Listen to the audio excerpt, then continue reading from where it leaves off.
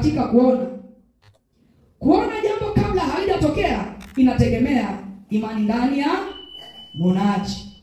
Wewe unaona nini? Anasema basi atukuzwe yeye awezaye kufanya mambo ya ajabu mno kuliko yote tuyaombayo au tuyawazayo, kwa kadiri ya nguvu itendayo kazi ndani. Inamtegemea mwonaji ana nguvu gani kwenye ulimwengu wa mwili. Inamtegemea mwonaji ana nguvu gani kwenye ulimwengu wa roho, hata kupokea yale yasiyowezekana kwenye ulimwengu wa kibinadamu, isiyowezekana kijiografia, isiyowezekana kimazingira. Inamtegemea mwonaji anaona nini. Bwana Yesu asifiwe. Bwana Yesu asifiwe. Inamtegemea mwonaji. Kuona pia inategemea imani, kama ambavyo nilitangulia kusema. Inategemea nini? Imani. Tumejifunza mambo ngapi hapo? Mawili. Imani na nini? Na nguvu itendayo kazi ndani yetu. Lakini kanuni ya Mungu ni kujibu maombi yetu kulingana na tunavyoona. Kanuni ya Mungu ni kujibu maombi yetu ama kutupa yale tunayotaka kulingana na tunavyoona. Kwa hivyo kuona, kupokea inategemeana na jinsi wewe unavyoona. Inategemea na imani yako. Lazima aonavyo mtu nafsini mwake ndivyo alivyo.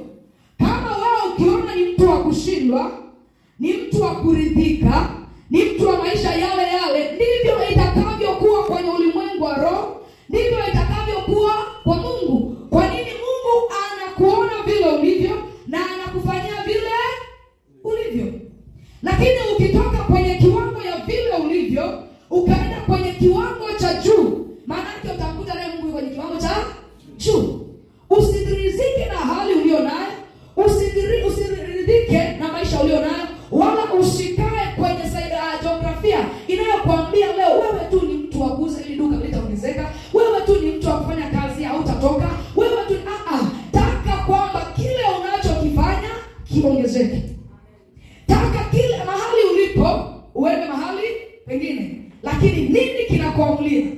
Imani yako, nguvu iliyoko ndani yako, na jinsi unavyoona. Baba yetu, ukiona kwamba pale kazini kwako kitengo chako ndio hicho mpaka yamkini unastaafu, utabaki hivyo hivyo. Lakini ukiona kwamba leo mimi nimekuwa secretary, nataka nitoke kwenye eneo la secretary, maana yake niwe manager, inawezekana. Inawezekanaje? Ulimwengu wa roho kwa imani yako, ulimwengu wa roho kwa nguvu yako, ulimwengu wa roho kwa kuona kwako inakuamulia kwenda hatua moja baada ya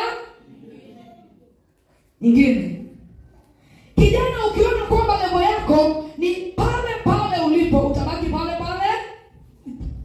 Lakini ukikatana na mazingira, ukikatana na hali kwamba usiridhike tu na hapo ulipo, maana yake utachukua nini?